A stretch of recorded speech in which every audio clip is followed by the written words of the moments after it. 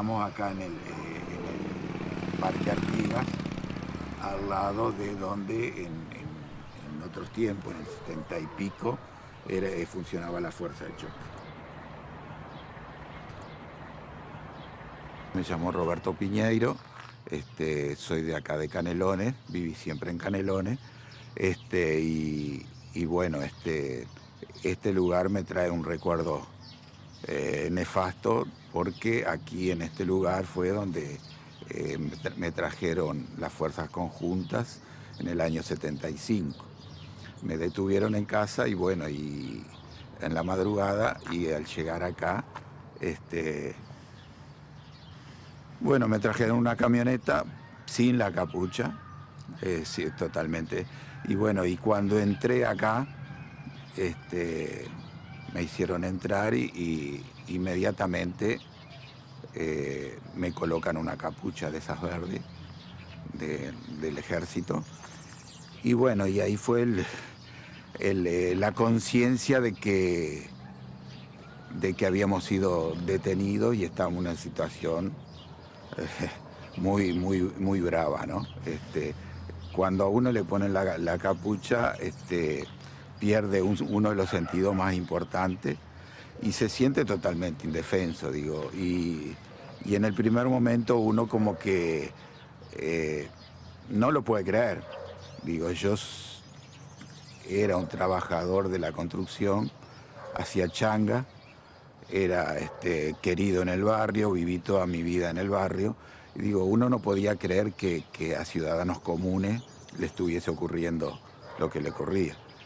Y bueno, a partir de ahí, digo, después de llegar, de que me pusieran la capucha, me entraron a los vagones que estaban detrás de este edificio. Y bueno, y ahí, a partir de ahí, inmediatamente plantones, horas y horas, y apremios de todo tipo, ¿no? Desde golpes hasta humillaciones de la más variada, ¿no? Desde hacerte querer comer, yo qué sé, excremento, a no dejarte ir al baño, a no dejar hacer las necesidades. Digo, yo realmente era un muchacho de 22 años, militante del Partido Comunista, y no pensaba que pudiese ocurrir esto en el Uruguay, ¿no?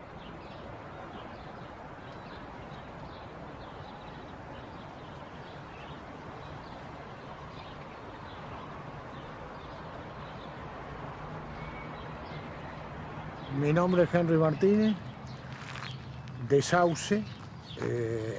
Yo fui detenido en la misma operación que fue detenido Roberto, que después nos enteramos y se llamaba Operación Trabajo, destinada en todo el interior a desarticular al partido en la mayoría de los departamentos para que no hubieran actos del 1 de mayo en el interior en ese año 75, ¿no? Yo llegué acá, no sé, 11 de la noche, en una camioneta con todos los libros requisados y yo estirado arriba. Me bajaron por esta puerta, me sentaron en una mesa de material que hay acá en la entrada, que era donde comía la tropa de lo que era la fuerza de choque en aquel momento. Y bueno, me tuvieron un largo rato ahí, incluso me dormité y de pronto vinieron, me levantaron la cabeza por los pelos, me envolvieron una camisa en la cara como capucha y de ahí arranqué para los vagones. Ahí fue sustituida la camisa por una capucha y una venda, o una venda y una capucha primero. Y ahí esto, digamos, complemento lo que decía Roberto, porque durante un par de días, si bien uno intelectualmente sabía que se torturaba, no era lo mismo ser torturado físicamente. ¿Por qué? Porque no llegaba uno a concebir que hubiera un hombre que le hiciera eso a otro y hubiera un equipo de hombres que estuvieran dedicados a hacer eso. por la fuerza de la costumbre, a los 3 días ya lo habías asumido. Pero ese cambio, esa forma de entrar, yo creo que nos marcaba, porque primero hacía que la realidad que nosotros concebíamos intelectualmente fuera mucho peor, más dura. Y en segundo lugar te hacía entrar en un mundo nuevo, en el cual vos estabas absolutamente indefenso. Es decir, más aún después, cuando te ataban hasta la mano, ¿no? Pero esa fue el ingreso, digamos. De acá me llevan, por el ruido de grillos se veía que era un lugar abierto, que era el patio, y de ahí nos introducen en los vagones. Y ahí empieza todo el siguiente periplo.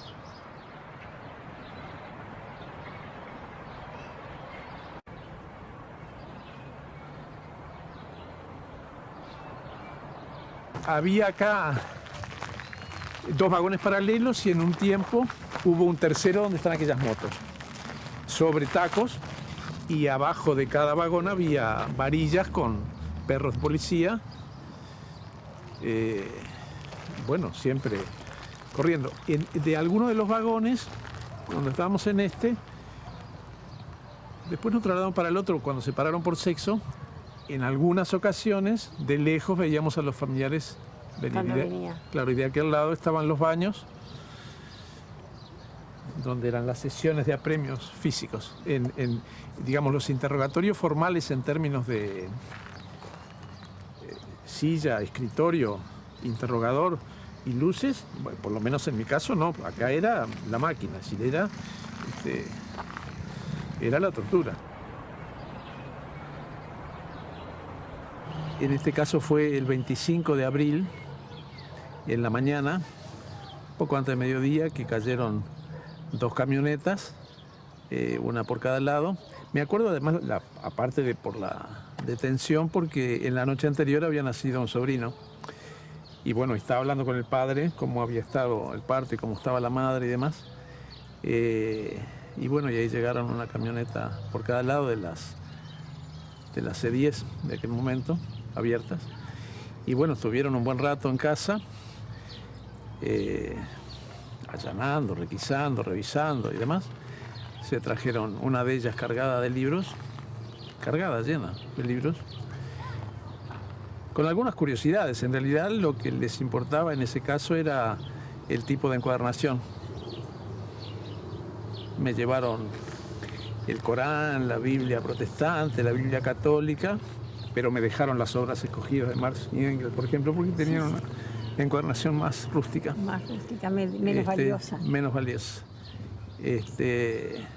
Una la trajeron cargada con lo que requisaron, y la otra la trajeron cargada conmigo y con algunos milicos. Entonces entramos sin venda, digamos, sin capucha, por acá, así que entramos por acá, por hasta mismo frente a los vagones, que es unos metros para atrás del edificio.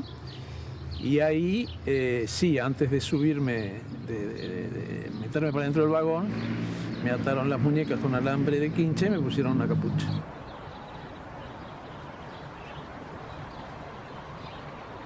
Teníamos Viña, a unos 3 kilómetros de acá, rumbo a Cerrillos. Graciela es egresada del IPA en idioma español, y era profesora. Estaba en Cerrillos en ese momento, si no recuerdo mal. ¿Y ella fue destituida? Sí, ni hablar. Por supuesto. Sí, de sobrepico. Hubo una procesión encabezada por el cura párroco de Cerrillos, en Cerrillos, entre la iglesia y el liceo, para pedir la destitución de esa profesora. ¿De tu mujer? Sí. Así era la situación. Volví a decir el nombre completo, por favor. ¿De quién? Tu mujer. Graciela Lugano. Graciela Lugano, profesora de idioma español. Y se hizo una procesión dirigida por el cura de Cerrillos para pedir entre la iglesia y el liceo, sí. Desde la iglesia hasta el liceo. Sí, terrible. Y Casa de brujas, ¿no? Y esos niños, sí, casa de brujas. Esos niños ¿Los nuestros? Sí. Bueno, ¿cómo siguieron? ¿Cómo pudo tu mujer hacer frente a todo eso? Porque es una cra.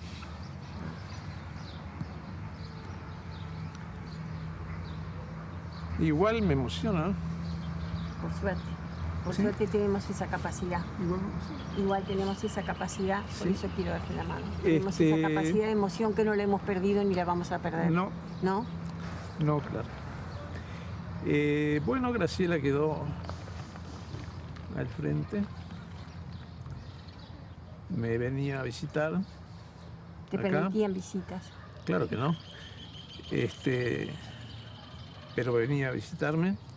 Le decían que trajera cosas que no llegaban a mí. Chocolatines, cigarro y comidas que nunca jamás llegaron. Como le pasaba a los otros, dicho sea de paso, ¿no?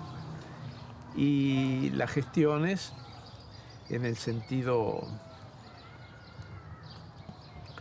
Bueno, y ropa que tampoco llegaba. Mudas, ¿no?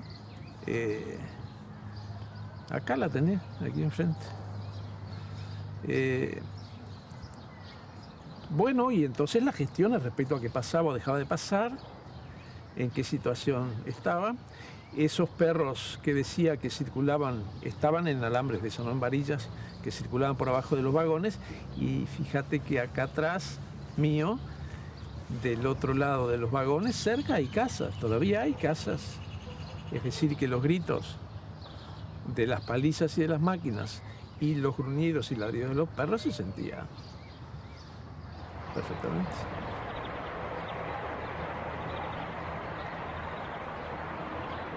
El hablán de pleyos son plantones, o eran plantones, que esos a veces eran adentro del vagón. Y también acompañados de alguna patada o trompada en el vagón. Me acuerdo que alguno de los compañeros, yo tuve un choque grande en el 72 y tenía, bueno, la cadera quebrada y una serie de otras cosas. Y a algunos les decía, ojo al gol porque está quebrado. ¿A dónde? Bueno, ahí era la patada.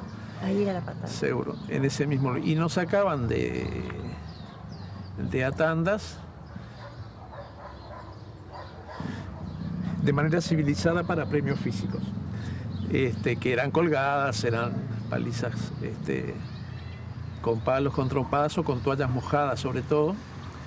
Después nos dijeron que lo de toalla mojada era porque dejaba menos huella, pero dolía, la verdad. Y colgadas. Colgadas tipo Espartaco, ¿no? Te agarraron de la muñeca, te colgaban que no tocaras el piso. Sin ropa. Sin ropa. De los brazos. Sí. Y bueno, y ahí en el medio de música estruendosa, de ladrido de los perros y de gritos de los interrogadores, y se procesaban en términos como de rotación, ¿verdad? Una parte de la cuestión era que nosotros escuchábamos los gritos de los que estaban siendo interrogados en ese momento. Así que eso era también parte de la mansadora, el escuchar Tremendo. qué pasaba. A nosotros los que estuvimos ahí nos cuesta mucho expresarnos, a pesar de que pasaron 40 y pico de años, todavía remueve mucho narrar esto que pasamos. Sí, duele mucho. Duele mucho, duele mucho. Uno piensa que el ser humano, o sea, uno trabajador común y corriente, uno era una persona sencilla, que tenía sus amigos, tenía su barra, salía al club, iba al bar, yo qué sé. Lo que hace cualquier persona, nunca tuvimos una vinculación con las armas. Sí militábamos en el Partido Comunista, yo militaba en el Partido Comunista. Y bueno, el delito más grande que cometí seguramente era la intención, junto con otro montón de compañeros, de cambiar el mundo, de hacerlo un mundo mejor.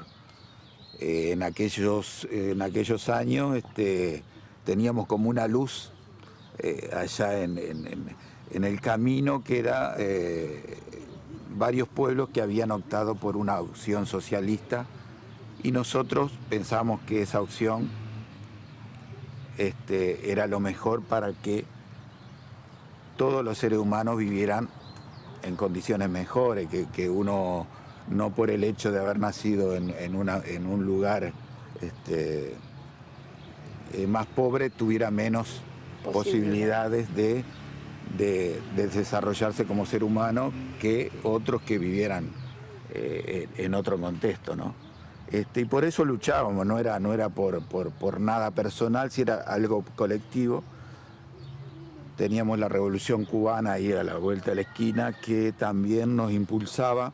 Eran épocas de cambio, eran épocas en que mirábamos al costado. En Chile también estaba la Unidad Popular. En varios pueblos, en varios lugares de Latinoamérica se veían procesos de cambio. De cambio, ¿no? positivo. Nosotros también teníamos la creación había sido del Frente Amplio, que nosotros éramos muy jóvenes y teníamos mucho impulso. Teníamos muchos comités de base que pensaban. Funcionaba. Nuestro comité de base, muy orgulloso, lo siento, el primer comité que se inauguró en Canelones, la Parada Rodó, éramos un grupo de muchachos jóvenes y revolucionamos el barrio, pero con cosas buenas, impulsando mejoras para el barrio, impulsando el compañerismo, el que entre todos podíamos, y bueno, nos generaba también ser los comunistas, porque en definitiva todo aquel que hiciera algo distinto a lo que estaba a lo que se estaba planeando era algo nuevo, y bueno, aquel es comunista. Me quedó una anécdota, siempre yo la cuento, de mi padre. Mi padre era votante colorado y todo, y nosotros teníamos un grupo de gente joven, y había un muchacho que tenía un pelo rubio, peludo Gandini, y una vez mi padre fueron a buscarme a casa y mi padre me dijo, a ver, Roberto, me hablaba medio en brasilero Sí. mi padre, Roberto, ahí te buscan dos muchachos y un peludo. Era el concepto que había en aquel entonces de los peludos, como que los peludos eran transgresores, Peligroso, sí, peligrosos. peligroso. Bueno, era la época de los Beatles, de toda una efervescencia a nivel social que hacía que todo lo que no era lo habitual se convirtiese en comunista, lo malo. Y en peligroso. En peligroso. ¿Y cuánto tiempo estuviste tú? Yo estuve casi 4 años preso. ¿Acá? ¿Siempre No, acá? No, estuve acá desde el 21 de abril hasta... Allá en julio. sí, no sé cuándo fuimos para San Ramón, habremos estado el 5 de junio.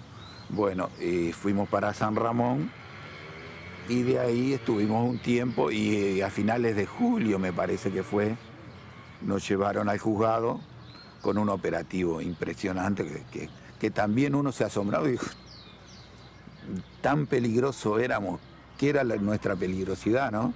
Y nos llevaron al juzgado y bueno, y nos pusieron que éramos una asociación, asistencia a la asociación en el grado de conspiración seguidos de acto preparatorio. Era una pena de 2 a 6 años. Cuando nos dijeron nos queríamos morir, porque decir, en ese momento 2 años nomás de prisión era para un ser común y corriente, decir, ¿qué hice yo para esto, no? No había hecho nada, simplemente que las fuerzas de represión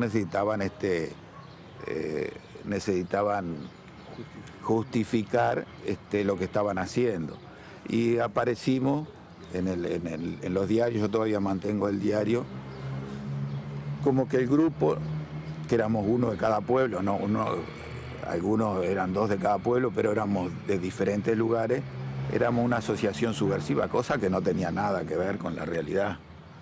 Nada que ver, yo la mayoría de los compañeros no los conocía. Y bueno, y ahí nos procesaron y nos llevaron a Punta Carreta, donde hoy está el shopping. En aquel momento era el penal de Punta Carreta. Y ahí estuve 4 años, más o menos 4, un 4 poquito, años poquito menos. ¿Y tus peores recuerdos de todos los lugares que estuviste? No, ¿Cuáles fueron? Evidentemente el recuerdo de acá. Después además yo tuve al año y medio estar en Punta Carreta, eso fue, digo yo en persona, cayeron compañeros acá en Canelones, otros compañeros, en septiembre de 1976, y ahí me trajeron a mí, de allá, de Punta Carreta, junto a otro compañero,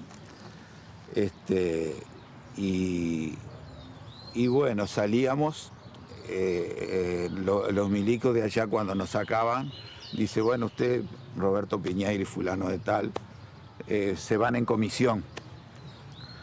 La comisión era traerte a los otros vagones que seguramente van a conocer después, que ya estaban instalados, no sé si serían los mismos u otros, pero bueno, donde la represión también ya se había sofisticado aún más, ¿no? Ya ahí eran las colgadas, digo acá. ¿Qué son las colgadas? Y la colgada era una forma sofisticada de torturarte, en la cual sin dañarte, sin hacerte un moretón, te ponían unas muñequeras atrás, las manos hacia atrás, y te levantaban, no sé, con una rondana o con algo, colgando con la punta de los pies, tocando el piso. Y bueno, lo que parece ser algo que soportable no lo es, digo, se te empieza a dormir todo y bueno, y son sensaciones muy, o sea, te ataca el sistema nervioso y bueno, uno grita, patalea y todo, y cuando, bueno, grita y patalea o lo que sea, te amenazan los que te interrogan con levantarte y dejarte en el aire. Aún un poco peor es que no toques el piso, ¿no? Y bueno, ya en ese momento, en el otro vagón, ya fue más sofisticado, o sea, ellos también aprendían. Se refinaron en sus formas de me remueve un poco todo esto. Muchísimo. Y bueno, y de ahí estuve unos días, estuve, no sé, 7, 8 días o 10 días, y me volvieron a llevar al penal de Punta Carreta.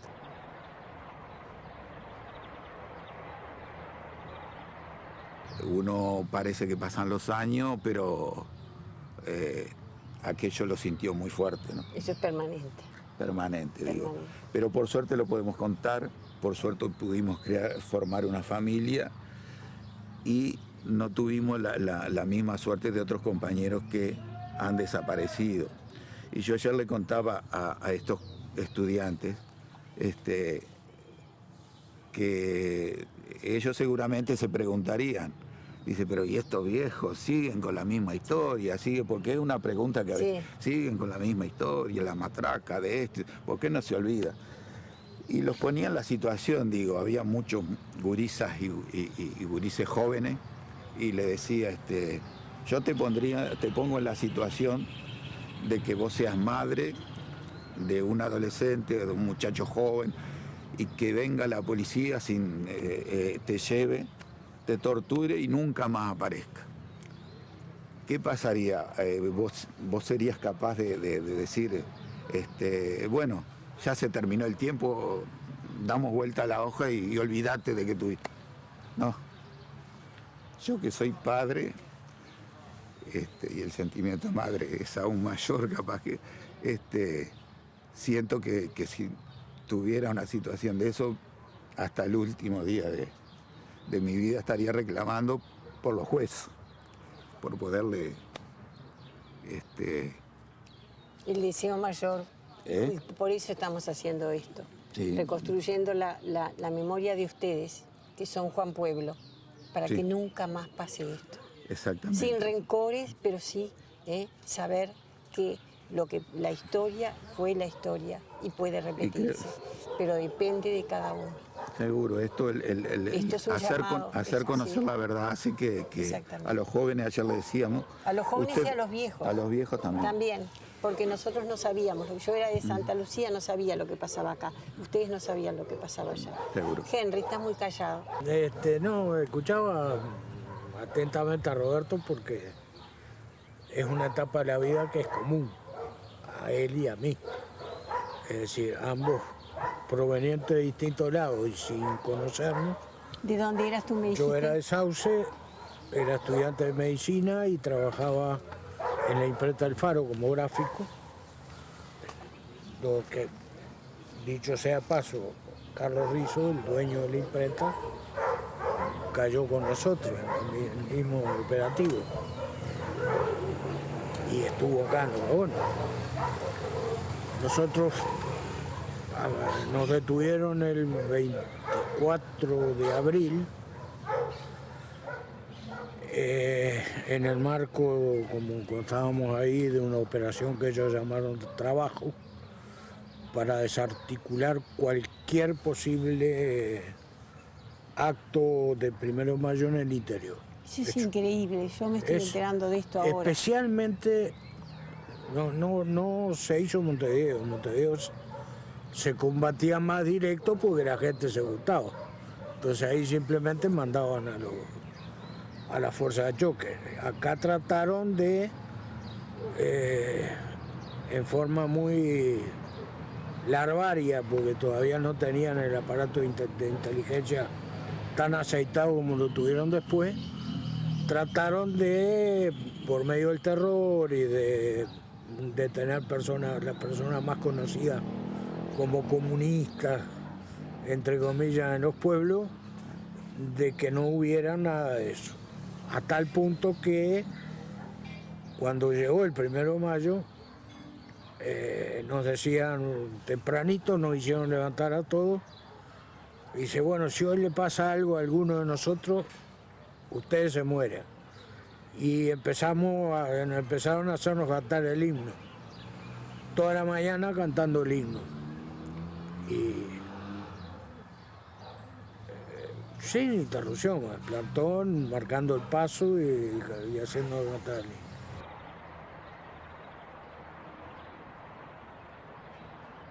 ¿La tortura en qué consistía?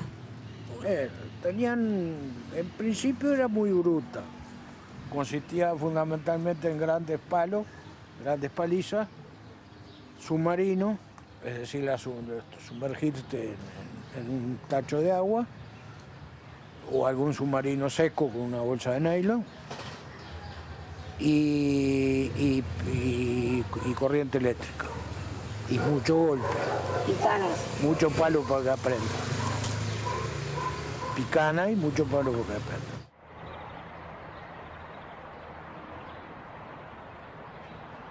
Yo tenía problemas bronquiales, entonces me afectaba mucho el submarino. Entonces, cuando me hacían el submarino, no había tocado el agua, yo abría la boca. Entonces, se calentaba, pero ¿por qué no aguantáis? ¿Para qué? ¿Para que disfrutes vos? Matame. Ese es el problema tuyo. Yo no voy a tragar agua, no voy a aguantar abajo el agua. Porque yo sabía que ahí era un peligro grande para mí, podía ser un paro respiratorio, porque yo tenía problemas reales de bronquio. Picana, todo lo otro, no pasaba nada, pero el tacho era el problema que me afectaba. Entonces, ¿cuál era la solución? Jugar con la idea de que ellos no querían matarte, querían sacarte datos. Y si vos abrías la boca, o te mataban o te sacaban. Era eso. Entonces, bueno, ahí fuimos forjando y sobrepasando como pudimos, porque había que hacer un poco de una muy rudimentaria contrainteligencia. contra lo que ellos querían, armar unas historias que sacaran a la gente que estaba afuera y desviaran la cosa para otro lado. Entonces había que estar muy alerta porque tenías que conservar la mente, en la mente lo que vos decías, las grandes mentiras con las que le armabas una historia a ellos. Entonces la idea era tratar de que no se te fuera la cabeza. Es importante. Que mantuviera. Entonces ahí más o menos, sobre todo con un compañero que bueno, por algo le decían el tronco, que era un poco el gurú de todo el grupo nuestro, Argüello, que era compañero de fierro, que yo le habían puesto el tronco porque era como darle un tronco. El mismo dato que le sacaba a un tronco de palmera pegándole, le sacaba a él. Y entonces con él armando una historia para decir, bueno, porque digo, vamos a no engañarnos. Toda esa etapa fue producto, 85%, 90%, de la defección de algún compañero, y por lo tanto vos tenías que saber quiénes estaban nombrados para sacarlos, poniéndole como que, bueno, sí, fulano está, pero lo que hizo fue poner plata para el frigorífico Fripur que está ocupado. Entonces ir armando toda la historia para que responsabilizarnos los que estábamos ya presos, tratando de los que estaban afuera, Que no cayeran. no los involucraran en la historia. Y más o menos se tuvo cierto éxito. Y otra, digo yo, como hablo en lo personal, hablo de cosas que me marcaron. Para nosotros, para mí por lo menos, y para Roberto, creo que para todos, fue una enorme victoria la sacada de Melitón Martínez. Compañero. Melitón Martínez era un compañero de Santa Lucía, Santa que Lucía. trabajaba en el transporte, que estaba con nosotros, y que cuando lo trajeron había tenido un preinfarto hacía unos 20 días. A la luz de eso un día se levantó con dolor de cabeza, pero con Argüello, como director de orquesta, se nos ocurrió la idea de sacarlo, aprovechando eso. Entonces llamamos y alertamos, no, mire que tuvo un preinfarto, no sé, no sé cuánto, pinche, pata. Al rato está peor. ¿Cómo te sentís? Mal. Entonces yo pedí un reloj. Digo, denme un reloj para controlarle las pulsaciones, miren que está mal. Entonces me dan un reloj y me sacan la capucha hasta acá. Yo le tomaba las pulsaciones a Melitón y bueno, arrancaba con 95 y terminé en 120. Bueno, cuando dijimos que tenía 120, dijimos, mire que este hombre, o lo llevan al médico y a él, ya le habíamos dicho, cuando vos llegues al médico, larga todo, dónde está, quién sos, qué todo. Entonces lo llevaron a un médico, nunca supimos quién fue. Tenemos algunas sospechas, pero no supimos qué médico fue. Pero se portó muy bien porque lo atiende. Claro, Melitón, además, tomaba bastante, entonces generalmente tenía la presión alta. Entonces con la excusa de la presión alta, el médico les dice que tienen que internar. Ellos se niegan, diciendo que estaba incomunicado, y entonces él les dice porque le tiene que firmar un papel quitándole la responsabilidad, porque él como médico recomendaba internar. Entonces se asustaron, se ve, no se lo firmaron, lo trajeron para acá, lo hicieron afeitar, ponerse lindo, porque lo llevaban a la sociedad, que era el círculo católico. Sí. Entonces, bueno, ahí dijimos, llegaba Melitón, te pusieron en la sala y empezaba, ves un enfermero, contale, ves un médico, contale. Y Melitón quedó internado para siempre, entre comillas, en Del círculo el católico. círculo, porque cada vez que lo iban a buscar, la gente del círculo decía que no Que no tenía un podía. infarto. Y Así que que tenía eso un fue, infarto. Entonces bueno. pasamos por juez y Melitón en su casa. Es decir, que para su casa. el espíritu de compañerismo siguió. Eso es lo que yo quiero destacar, eso. porque en el medio de todo eso, el grupo de compañeros que habíamos ahí en mayor o menor medida, nos apoyábamos uno a otro. Yo qué sé, me traían a mí, me tiraban al lado el pistola hecho pedazos después de una sesión y el pistola agarraba repasadores, los mojaba y me los ponía en la barriga. Sí, la barriga de Henry era era todo tremendo, un mapa. como era un moretón solo. Eso no nos quedó. Entonces me ponía paño en pistola. Bueno, era es decir, ante una realidad había una respuesta digna, Humana. humana. Humana. Ahí está, que contrarrestaba la otra falta de humanidad. Y con eso se sostenían. Y es ¿Por qué? indudable, indudable, porque Porque eso el otro- ayudaba a eso que yo te decía de que, bueno, es lo que conservamos y Es lo que depende de conservamos. nosotros, lo demás no, depende de eso, pero eso Conservaron y es lo que lo salvó también de la locura, porque la cabeza sin vuela, duda, sino y para todos de, lados. y de cosas peores que la locura, que era haber metido más compañeros para adentro, que era el objetivo. Sí, sí. Y bueno, de ahí, cuando se acaba esa etapa, nos llevan, la primera noche nos llevan acá al coso de Adeón, ¿te acordás? Sí, donde funcionaba la Junta Departamental hasta hace poco tiempo. Acá hay un local a 2 cuadras por ahí, que estaba como abandonado y ahí no Seguro, estaba depositado.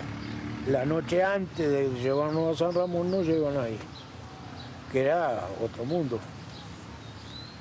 Para nosotros el vagón, que era una especie de campo chiguero, porque el primer día que nos bañamos, cuando volvimos, ni nosotros soportábamos el olor que había por 22 personas en esas condiciones. A miedo, a golpe, a que no te llevaban al baño, todo junto, era un olor a campo chivero, A Campo Chivero. que nos dimos cuenta el día que nos bañamos, porque ahí sentimos ese olor. Entonces nos llevan ahí, nos recompusimos anoche ahí y al otro día nos trasladan a San Ramón, pero ya en carácter de depósito. En San Ramón no se nos torturó. Digo, alguna noche el capitán Causi, que era el encargado del SO en Canelones, había armado una fiambrera ahí que te sentaba en el medio y conduce de todos lados y te hacía preguntas y discutía de marxismo, yo qué sé. Se divertía. Pero no Pero nos no torturaron fue esto de acá. físicamente. No. ¿Y cuántos años estuviste tú? Y yo estuve 3 meses más que Roberto, habiendo recibido la misma pena, 3 años y 3 meses, porque los primeros 3 meses míos no figuraban como detenido. Sí, vos estabas desaparecido ahí. Claro, no. Y entonces demoré 3 meses, ustedes salieron En agosto. o en julio, fines de julio. Sí, fines de julio. Y yo Todo. salí en los primeros días, en los últimos días de agosto. Y bueno, no sé qué otra cosa